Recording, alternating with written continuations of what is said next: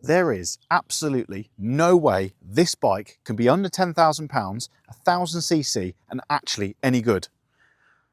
Or can it?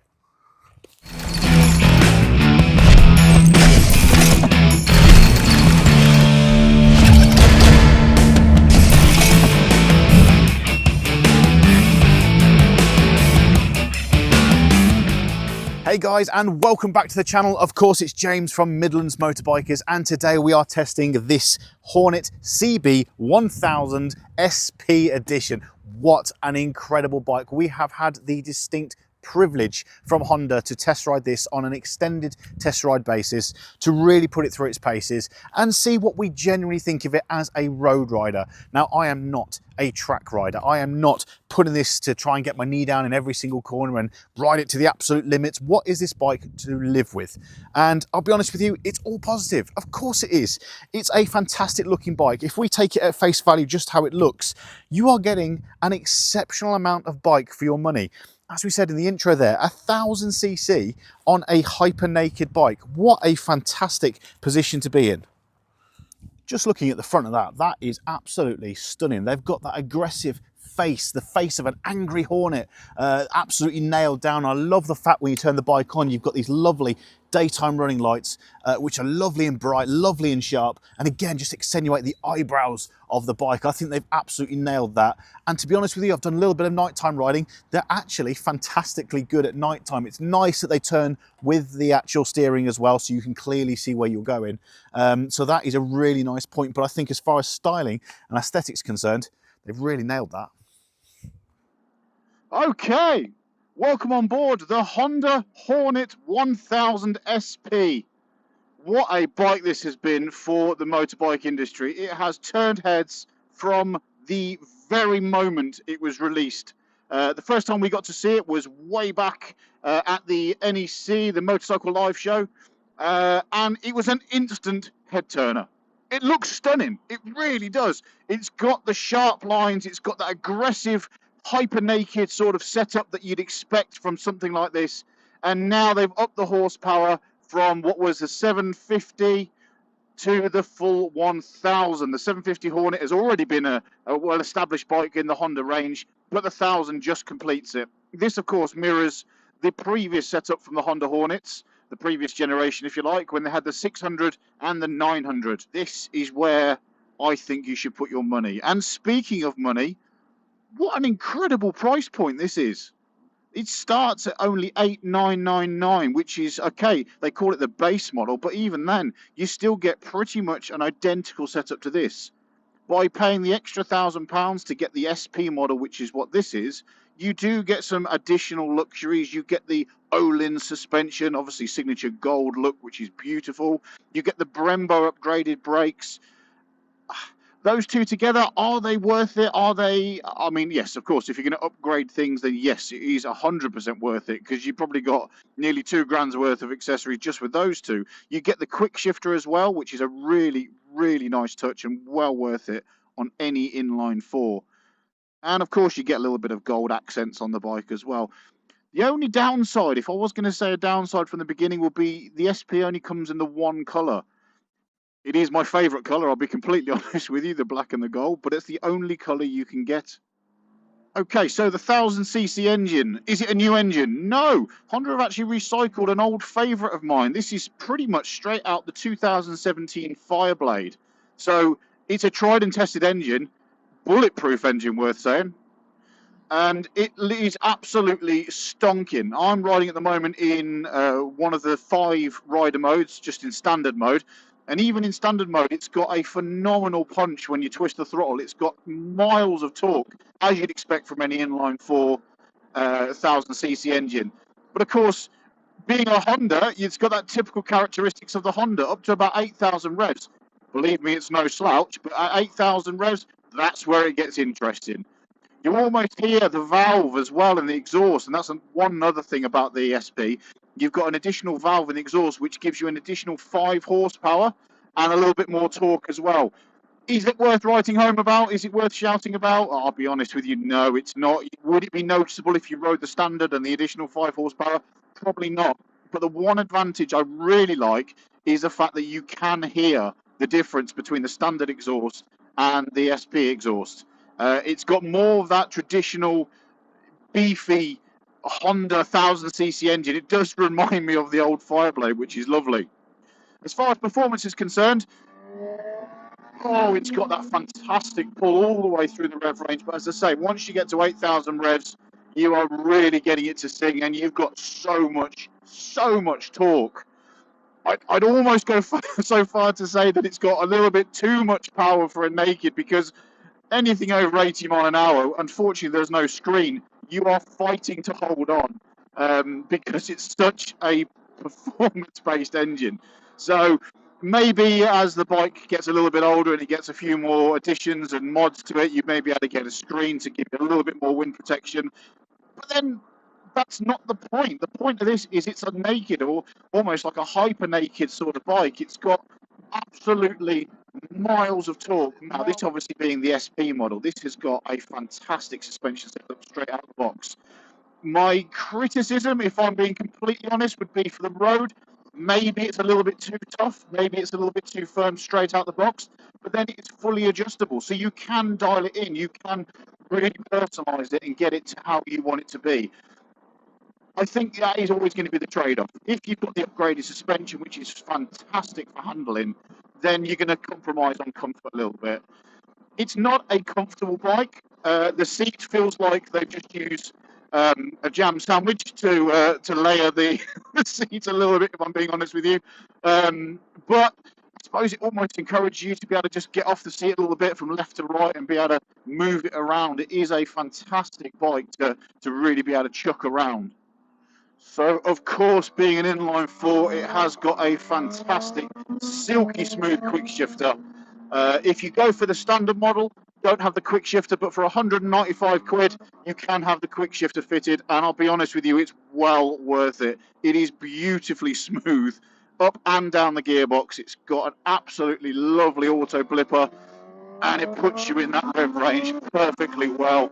Oh yes, the performance on this is absolutely spot on. It reminds me of the old Fireblade. I mean, they say they've tweaked it and tuned it so it's better for road use and better for the sort of bike that it is, but it does feel very reminiscent of how that Fireblade performed. It's very... Oh, look at that. I'm not even at the top of the rev range yet. It makes coming out the corners absolutely effortless.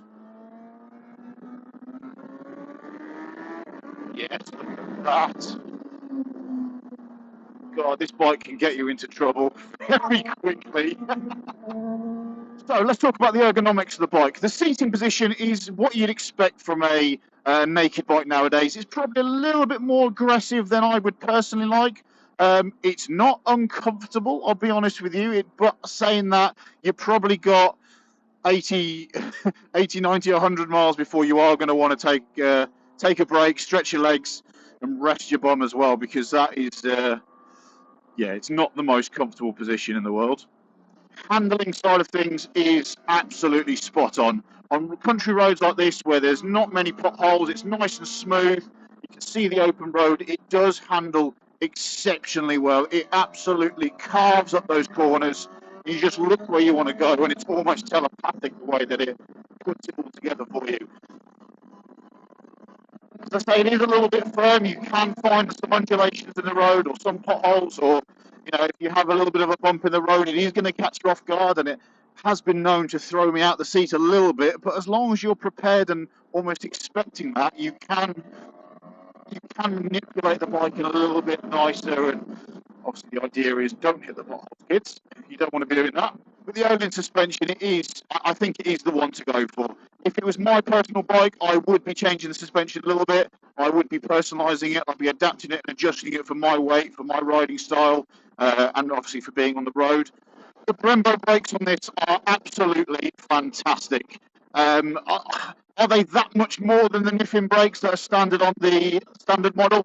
To be honest with you, the only difference you're probably going to find, and you would have to ride it back to back, is that initial bite and how much of a squeeze on the lever you'd have to squeeze it before you start getting that proper bite. Are they worth the extra bit of money if you were paying for it yourself? No, but with the extra £1,000 you get the full package with the SP. Is it worth it? I'll be honest with you, yes, it really is worth it. The only thing I feel Honda could do to make the SP a little bit more desirable would maybe bring out a second or even a third colour scheme. The matte black and gold is perfect and I absolutely love it, but I can see people opting to not go for the SP even based on just the colour, which would be a shame to miss out on such a wonderful bike with the additional extras just because of the colour scheme. Oh, look at that. The way that handles is absolutely fantastic. It is great. Let's try. Oh, yes. So as far as electronics go on the bike, it is a wonderful place to be. I know Honda have maybe cut a few corners to save the price side of things, but is enough on it to make it worthwhile. The only thing I suppose that would be missing if you really were nitpicking is it could do with cruise control.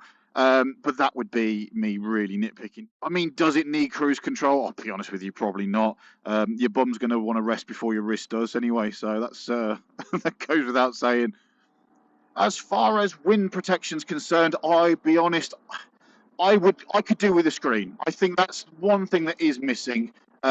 Just to take that little bit of wind off your chest and obviously up and towards your helmet. I don't know if it's because of the way I'm positioned. Obviously, I'm leaning forward. It's the way the bars encourage you to be. They're sitting you nice and forward. But I feel like the wind is hitting me and going straight up under my helmet. So literally just a small little screen would make quite a bit of difference, I believe. And I think would make it just finish the bike off absolutely lovely. Okay, so rider modes. You've got 5 rider modes. Well, I say that. You've got 3 rider modes and 2 individual ones. So you can customize the 2 other rider modes to your liking. The other 3, rain, standard, and of course, sport. Sport is where it's at. I'll be honest with you, I've been pretty much riding around this in sport the entire time. It gives you the best throttle response. It gives you a nice bit of engine braking, and it gives you, of course, the more sporty traction control and wheelie control, and it does wheelie extremely well. I'll be honest with you. Overall, though, what a fantastic bike this is. I was worried at first that the suspension would be a little bit too hard for the road. I was worried that the performance is only 150 horsepower.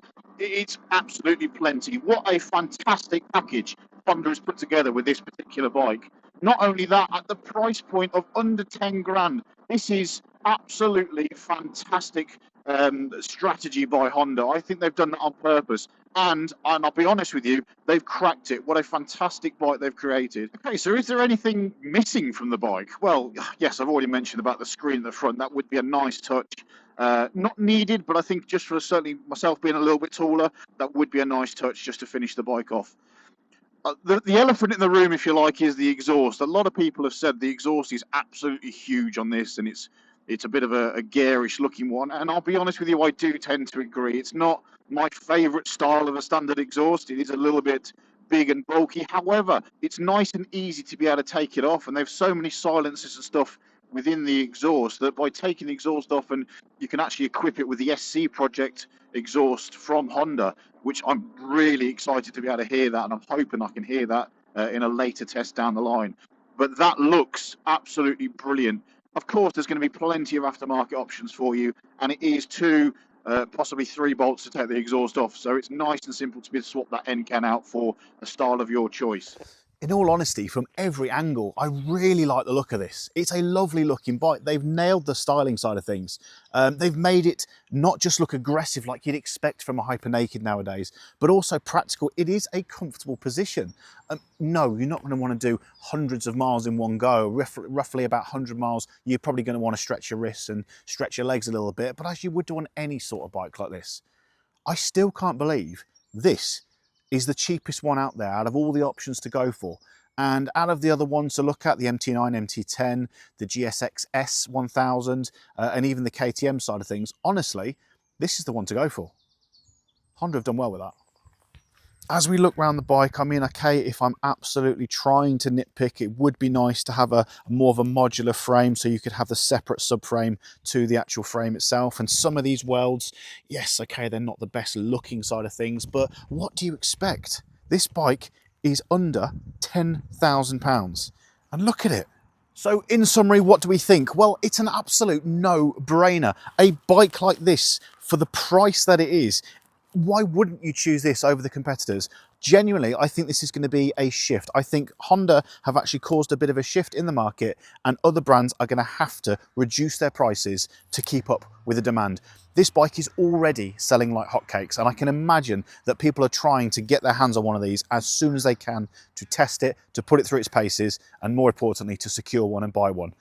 I absolutely love it. I didn't at first. It took me a while to get used to it, but now it's going back to Honda. I'm actually going to miss this thing. I think it's a bit of a hoot. No, it's a hell of a hoot. It's an incredible bike. It's so much fun to ride. You just can't help but ride it with a big smile on your face. So yeah, this has got big thumbs up from me. Guys, go and test it. Go speak to your local Honda dealership and stay safe out there. Thanks very much for watching. As always, don't forget to subscribe to our channel if you like our footage and like the content we have. We've got plenty more videos on the way. So thank you very much for joining us. Keep it safe. Ride together.